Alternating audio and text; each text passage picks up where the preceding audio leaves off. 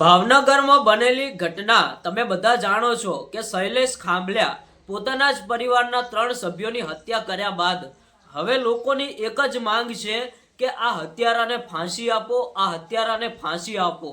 મિત્રો, બજારની અંદર, કોર્ટની અંદર, પોલીસ સ્ટેશનની અંદર જ્યાં જુઓ ત્યાં એક જ નારા લાગી રહ્યા છે કે આ શૈલેષ ખાંભલિયા તેને ફાંસી આપો।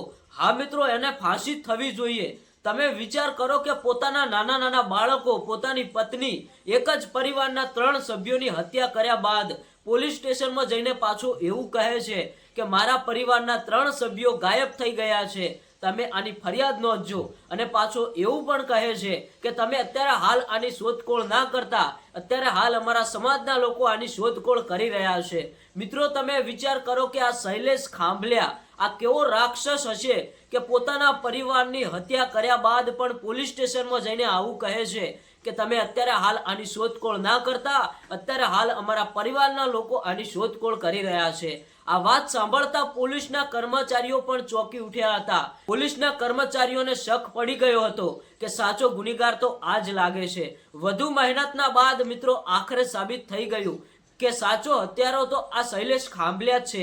અત્યારે હાલ એમની ધરપકડ થઈ ગઈ છે। લોકોની એક જ માંગ છે, ફાંસી આપો, ફાંસી આપો।